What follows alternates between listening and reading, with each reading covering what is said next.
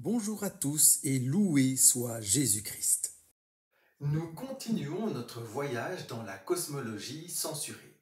Étant donné la mascarade des faux martyrs dont nous avons été témoins dans Cosmologie 5, nous allons temporairement quitter le professeur Taillet pour écouter un historien des sciences, le professeur Antonio Guardagno de l'Université de Séville. Suite à la découverte de Kepler, il fallait répondre à la question: pourquoi les planètes tournent-elles en ellipse autour du Soleil? Vous pensez naturellement à Isaac Newton et sa loi de gravitation universelle grâce à la chute d'une pomme. Le professeur Taillet est d'accord avec vous, comme presque tous les physiciens d'ailleurs, mais vous vous trompez. Et ça, c'est Newton lui-même qui l'a avoué au mathématicien français Abraham de Moivre. Il lui a dit avoir inventé cette histoire vers l'âge de 70 ans. Il voulait laisser à la postérité une histoire qui le ferait paraître pour un génie à la manière du grec Archimède et son fameux Eureka. Il en avait même fait 4 versions différentes. Et il a révélé à De Moivre comment la loi de gravitation avait été trouvée en réalité. Voici. En janvier 1684, 3 scientifiques anglais se réunirent dans un café respectable de Londres. Les deux plus âgés, Robert Hooke et Christopher Wren, étaient déjà renommés, mais le plus jeune, Edmund Halley, qui était alors inconnu, allait devenir le plus célèbre d'entre eux grâce à la comète qu'il découvrirait quelques années plus tard. Ils étaient tous passionnés par le mouvement des planètes autour du Soleil. Robert Hooke leur déclara qu'il fallait absolument trouver pourquoi et comment les planètes tournaient autour du Soleil en décrivant des ellipses, que c'était vraiment la question scientifique du moment et que celui qui trouverait la réponse à cette question deviendrait immensément célèbre pour les siècles à venir. Or, lui, Robert Hooke, il avait justement une idée assez précise sur cette question. Il devait exister une force permanente et stable émanant du Soleil qui devait exercer une force de rappel sur chaque planète, mais qui diminuerait avec le carré de la distance. Et c'est la combinaison entre cette force et la vitesse de chaque planète qui les obligeait à tourner en ellipse autour du Soleil. Donc, il avait presque tout trouvé. Ses amis lui disent « Waouh, bravo, tu as certainement raison ». Et en plus, nous pensons que c'est en concordance avec la troisième loi de Kepler. Donc, ça va. Mais Hooke leur dit que non, ça n'allait pas, car ce n'était qu'une intuition. Je ne parviens pas à prouver cela mathématiquement. Est-ce que vous n'auriez pas un théorème, une méthode, n'importe quoi, qui pourrait m'aider à faire le lien entre la vitesse de la planète et la force qui l'attire vers le Soleil, de façon à la faire tourner autour de lui en ellipse? Ses amis lui répondent: ah non, on ne voit pas du tout. On n'a même pas le début d'une réponse. On est nulle part. C'est alors que Halley fit la proposition de consulter un professeur et chercheur en mathématiques à l'université de Cambridge, un certain Isaac Newton. On le disait solitaire, grincheux et taciturne, mais excellent travailleur et expert en géométrie. Peut-être qu'il pourrait les aider à sortir de cette impasse. Les deux autres ont dû lui dire: oui, tu peux aller le trouver, mais attention, il ne faut surtout pas qu'il nous vole l'idée de la force qui attire les planètes. Donc, il faut que tu lui exposes le problème de façon subtile. Oui, on va essayer de faire son possible, mais difficile. Il mit 7 mois avant de se décider d'aller à Cambridge, et c'est en août 1684 qu'il alla frapper à la porte d'Isaac Newton. Il lui dit: bonjour, monsieur Newton.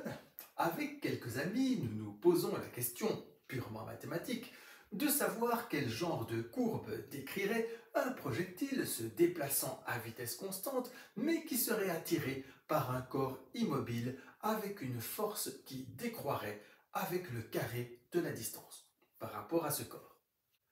Il était bien curieux de savoir ce que ce professeur allait lui répondre, mais Newton lui répondit immédiatement: une ellipse. Halley fut stupéfait. Quoi? Mais qui vous a dit ça? Ou plutôt, comment pouvez-vous savoir une chose pareille? Mais parce que je l'ai calculé, lui répondit Newton. Alors là, Halley a dû sûrement être très ému et très impressionné. Il lui dit: Monsieur Newton, est-ce que je peux voir vos calculs, s'il vous plaît? Mais certainement. Tiens, je ne les trouve plus. Mais ne vous en faites pas. Je vais les recommencer et je vous les enverrai au plus vite. Mais non, non. Newton savait très bien où il avait rangé ses calculs et il n'avait aucune envie de les partager avec Halley ou aucun de ses amis. Parce que ce n'est qu'à partir de ce moment-là seulement qu'il s'était rendu compte du rôle immense de ses calculs. On sait maintenant que lorsque Halley était venu lui rendre visite, Newton était en train d'écrire des pages et des pages pour essayer de prouver l'inexistence de la Sainte Trinité. Il était donc passé complètement à côté de son sujet et s'intéressait à toute autre chose.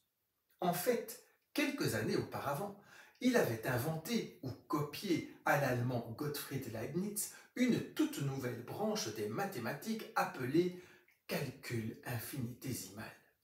Cette branche comprend les dérivées, les intégrales et les équations différentielles. Cette matière est enseignée au lycée, excepté les équations différentielles. Or, c'est avec une équation différentielle simple que Newton avait trouvé le résultat de l'ellipse. Mais dans un pur défi d'exercice de géométrie. Ce n'est qu'après la visite d'Edmund Halley qu'il réalisa l'importance de ce résultat et qu'il se consacra avec une grande énergie à l'appliquer au Soleil et aux planètes. Mais attention, ce résultat n'était valide que dans le cas d'une seule planète tournant autour d'une étoile et sans aucun satellite. Il y a 5 grands développements qui découlent de cette histoire qui est vraie. Primo, le calcul infinitésimal. Regardez ces 3 exercices de division. L'un est facile, l'autre difficile et le dernier est impossible. Sa solution n'existe pas. Vous pouvez les reconnaître facilement car vous connaissez cette opération et vous êtes capable de l'utiliser dans votre vie quotidienne. Mais pour les équations différentielles, c'est une autre histoire. Comme je vous l'ai dit, le calcul de Newton ne concernait que le cas théorique d'une seule planète sans aucun satellite tournant autour d'une étoile. Ce n'est évidemment pas du tout le cas de notre système solaire qui contient 9 planètes dont la majorité possède au moins un satellite. Or, en ajoutant ne fût-ce qu'un satellite, à savoir la Lune, l'équation devenait tellement difficile que Newton ne parvenait pas à la résoudre. Ni lui, ni aucun mathématicien dans le monde entier. Cette nouvelle énigme fut appelée le problème des 3 corps. Et l'enjeu était très important, car maintenant que l'on croyait savoir que les planètes tournaient à cause d'une force, il fallait savoir si leur trajectoire était stable ou non.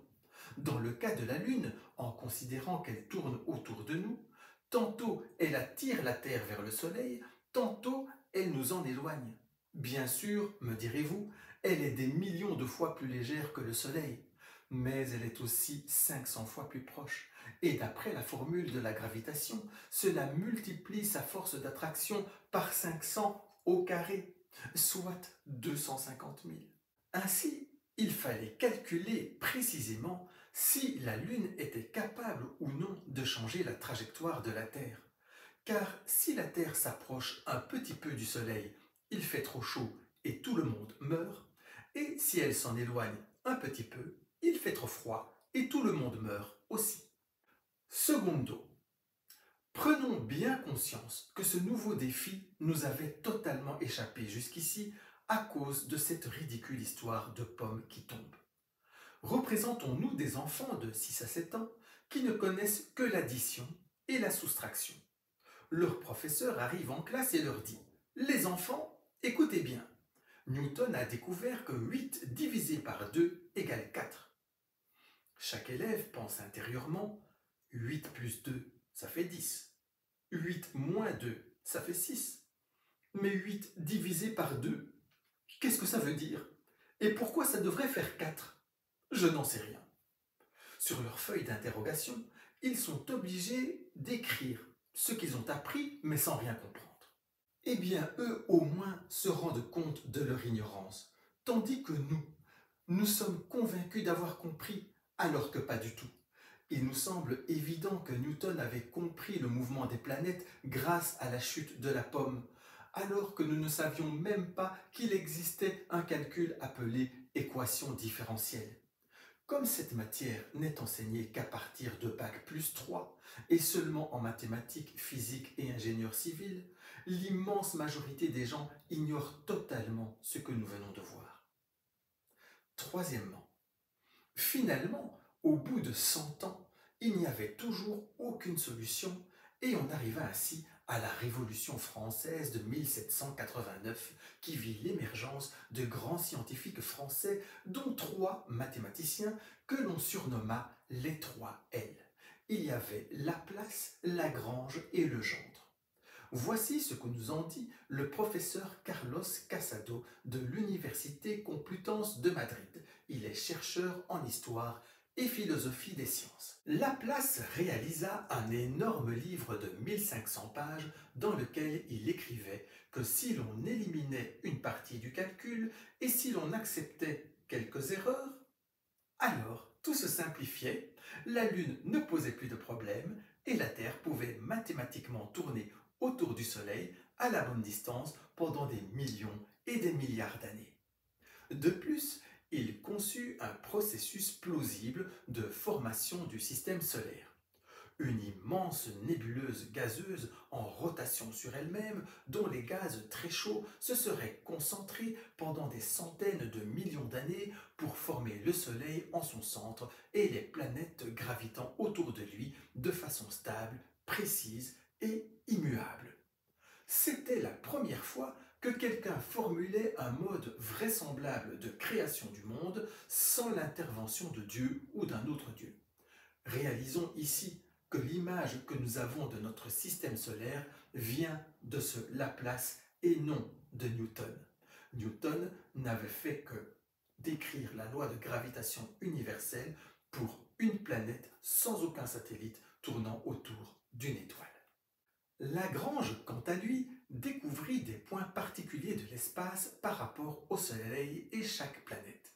On les nomma les points de Lagrange. Si des satellites se trouvaient sur ces points, alors tout le calcul se simplifiait et on pouvait trouver la solution de trajectoire stable sans rien oublier et sans se tromper. Problème, la Lune ne se trouve sur aucun de ces points, donc on était toujours nulle part concernant la Terre et la Lune. Et Legendre enfin, qu'avait-il à dire? Rien, si ce n'est que Laplace avait copié une grande partie de ses travaux à lui et qu'il était injuste que ce soit lui qui en ait retiré tous les honneurs. Avant de quitter ces 3 L, notons qu'ils étaient tous francs-maçons, ce qui est un autre nom de la secte des initiés. Par conséquent, ils étaient des adeptes eux aussi du grand architecte de l'univers. Pour résumer, 100 ans après Newton, il n'y avait aucun moyen de résoudre le problème des 3 corps, ni aucune piste pour entrevoir une solution.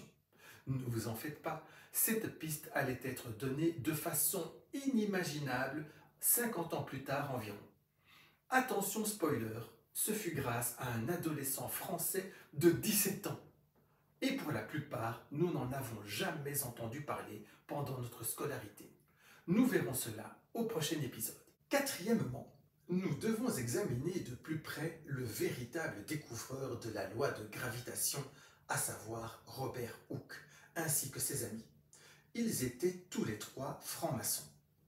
Comment Robert Hooke avait-il pu avoir l'intuition de cette force d'attraction comme responsable de la trajectoire en ellipse?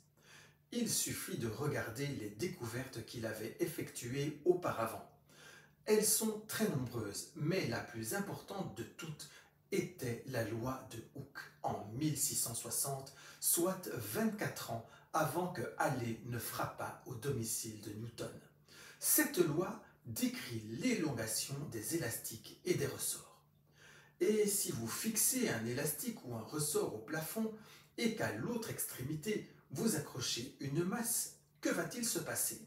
La masse va d'abord descendre jusqu'à un point bas, puis remonter jusqu'à un point haut à cause de la force de rappel du ressort.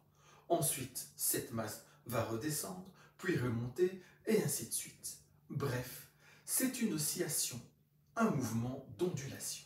Réalisons que c'est la troisième fois que nous tombons sur une oscillation en 3 étapes de la cosmologie censurée. Rappelez-vous, la première fois, c'était à l'époque des Grecs de l'Antiquité dans Cosmologie 4. Après avoir échappé à la fausse information des Grecs ignares et superstitieux qui ne savaient pas observer le ciel correctement, nous avons examiné les constellations du zodiaque et nous avons remarqué une oscillation dans le ciel pendant l'année. La deuxième fois, c'était à l'époque de la Renaissance dans Cosmologie 5. Après avoir échappé à la double arnaque de la fausse révolution copernicienne et des 3 faux martyrs, nous avons vu que le véritable progrès venait des ellipses de Kepler, et nous avons remarqué que les distances entre chaque planète et le Soleil formaient un ensemble d'ondulations harmoniques. Et maintenant, dans Cosmologie 6, après avoir encore une fois échappé à une nouvelle mascarade, celle de la pomme, nous constatons que le véritable découvreur de la loi de gravitation est aussi le découvreur du mouvement du ressort harmonique. Lorsqu'il a lu les travaux de Kepler, Robert Hooke a forcément remarqué que les distances planète-soleil évoluaient mathématiquement de la même façon que l'élongation de son ressort. Mais au lieu de dire qu'il devait y avoir un ressort ou un élastique invisible qui ondulait entre chaque planète et le Soleil, il a préféré ne parler que de la force de rappel de ce ressort. Pourquoi ? Parce que cela correspondait à la vision de la matière faite d'atomes reliés entre eux par des forces à distance. Et c'est cette vision-là que Bruno et Galilée, 2 initiés faux martyrs du siècle précédent, avaient propagée dans leurs écrits, faisant ainsi figure de soi-disant précurseurs. Nous touchons ici le fil conducteur de cette épopée scientifique, à savoir les 2 visions de la matière et du vide. Nous avons appris à l'école que les Grecs de l'Antiquité avaient 2 hypothèses sur la constitution de la matière. Et ça, c'est le 5e chapitre de cette vidéo.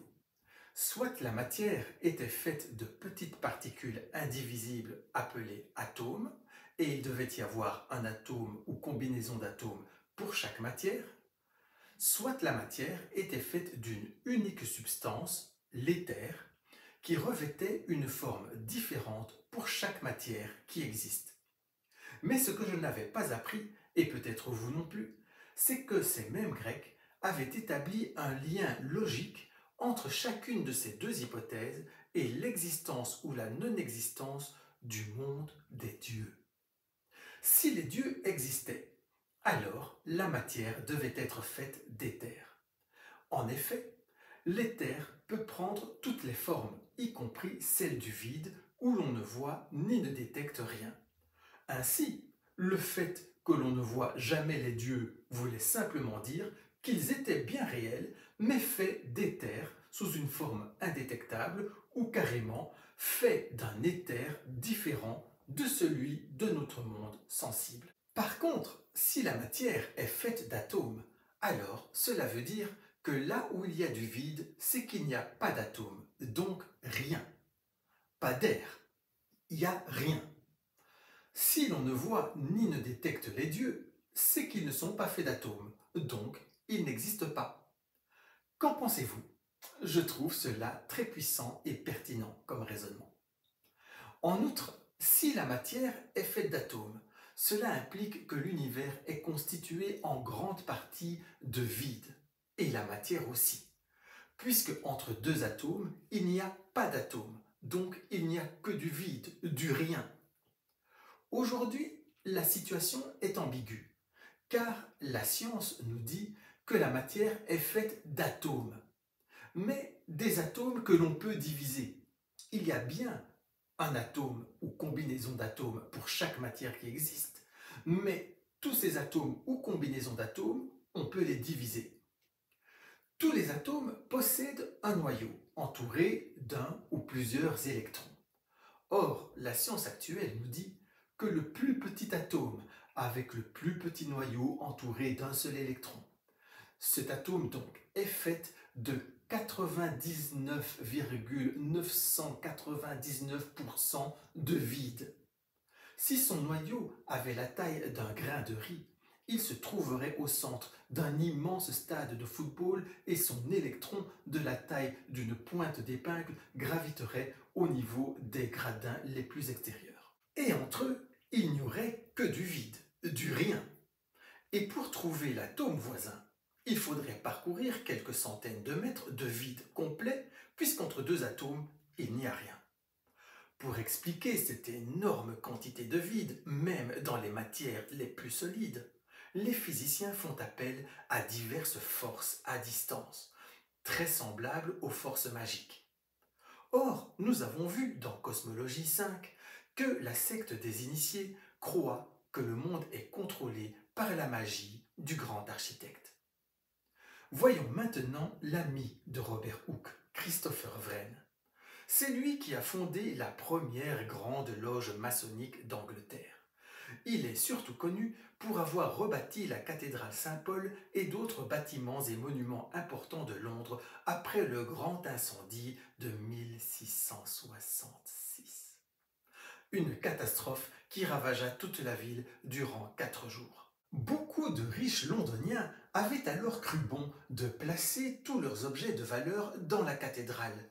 Ils pensaient qu'elle offrirait un abri efficace puisqu'elle était faite de pierre et bénéficiait, somme toute, de la protection divine.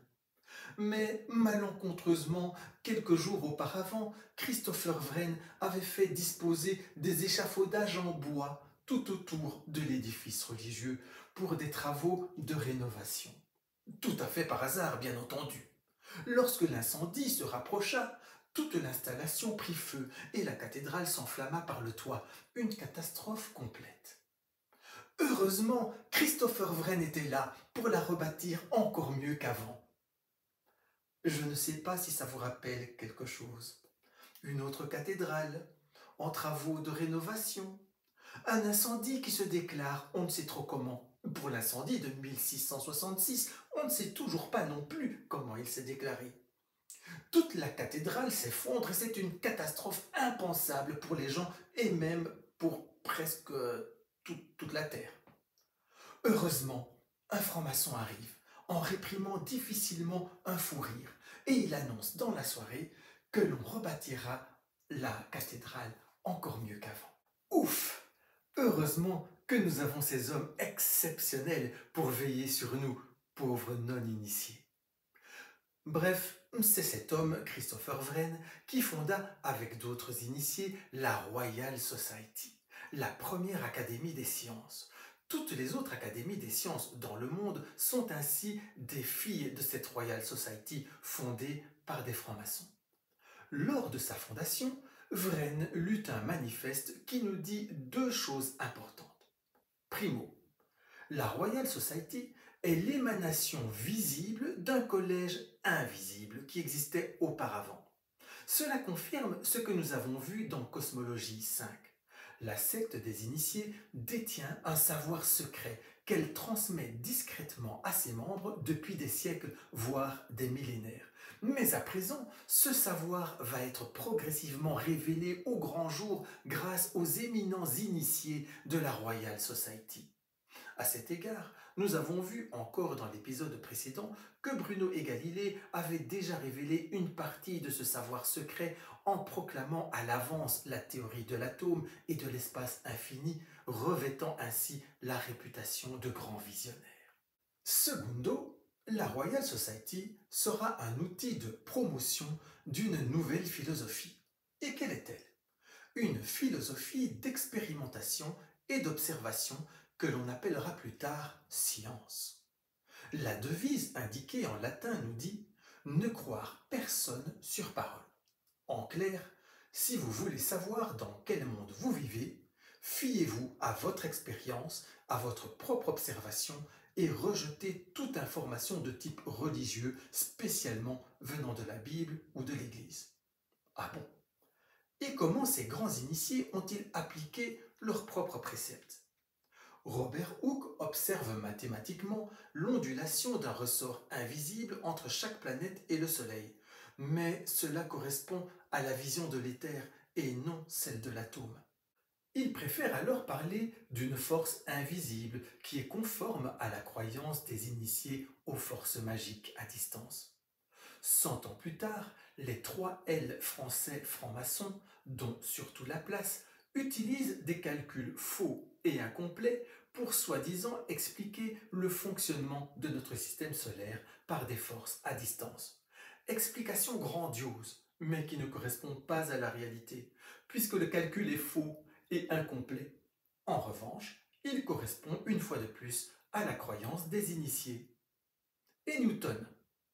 Il était alchimiste et grand maître du prieuré de Sion, encore une autre branche de la secte des initiés.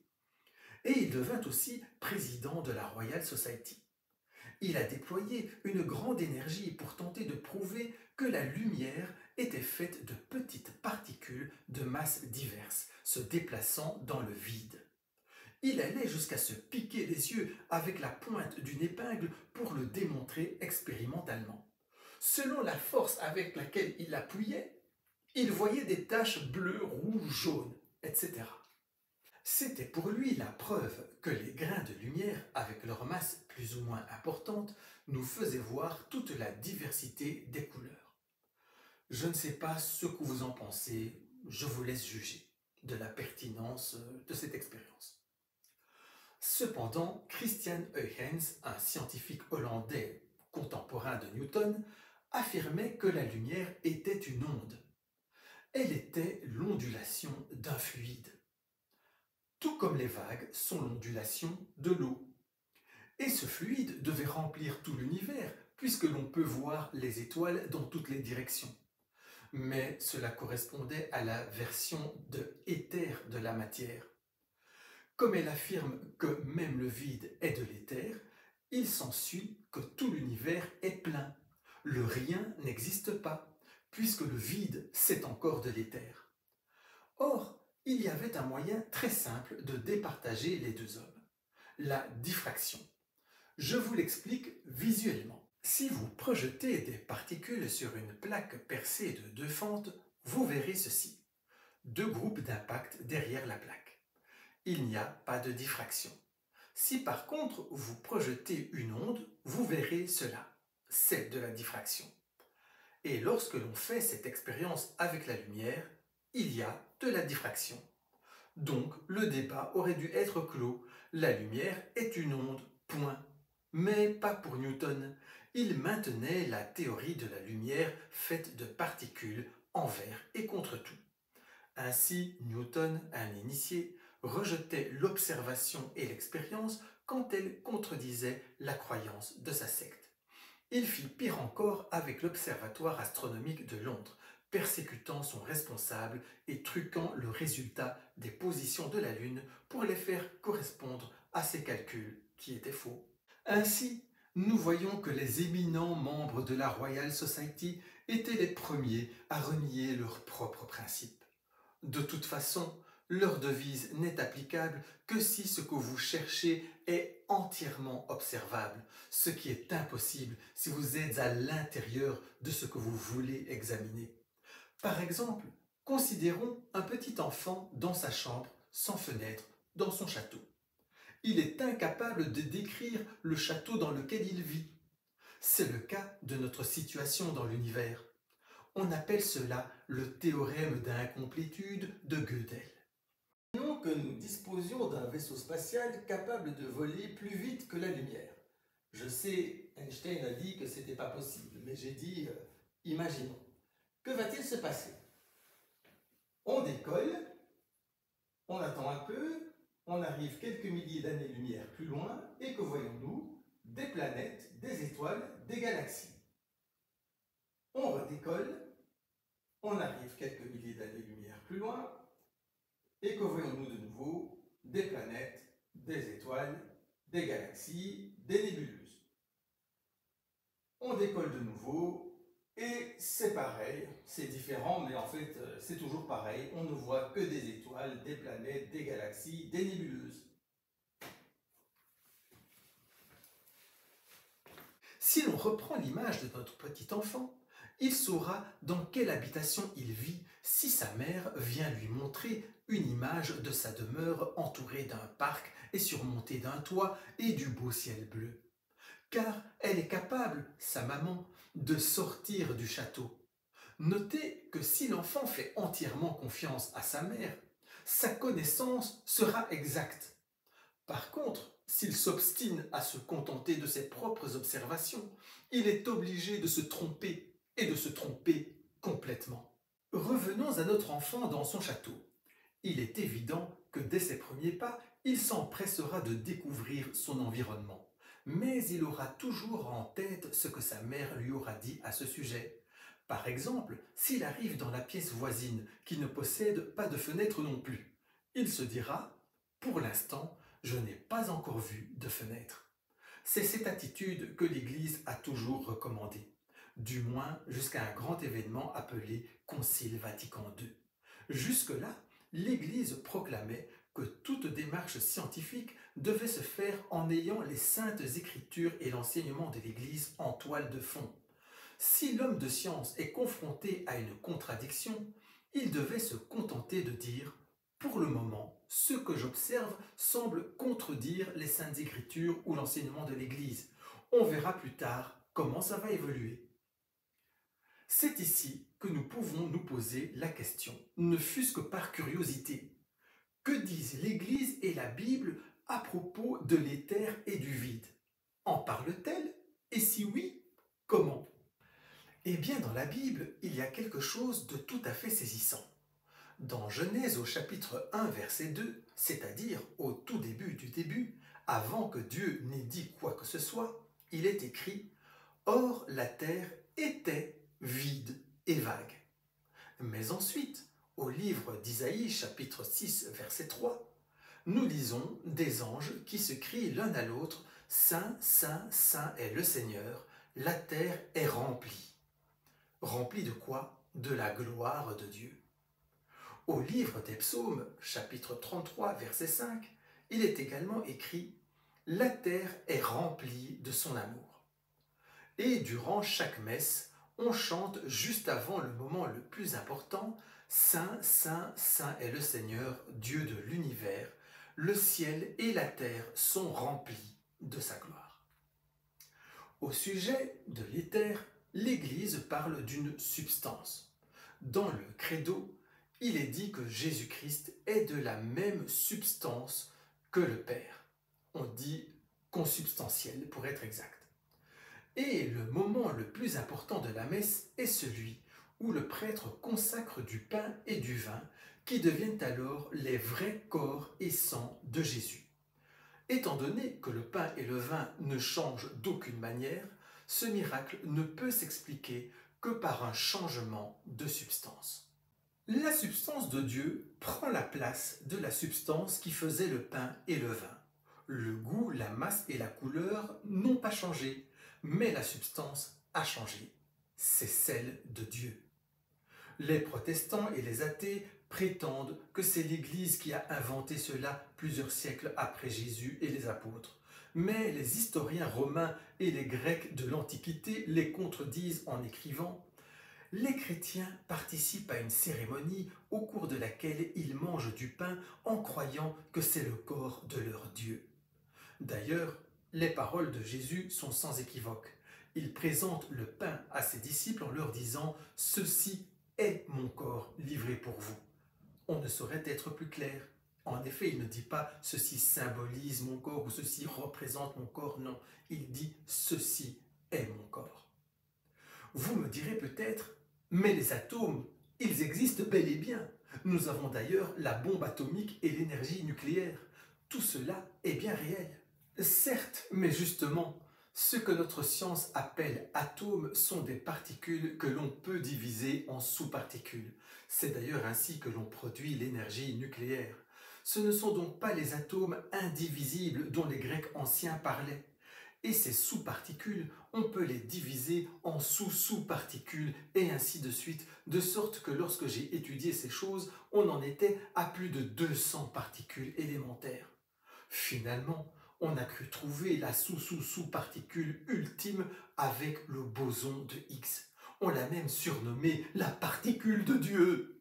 Mais hélas, cette particule aussi, on peut la diviser. En fait, tout montre qu'on n'aura jamais fini de diviser les particules élémentaires, peu importe leur taille infime.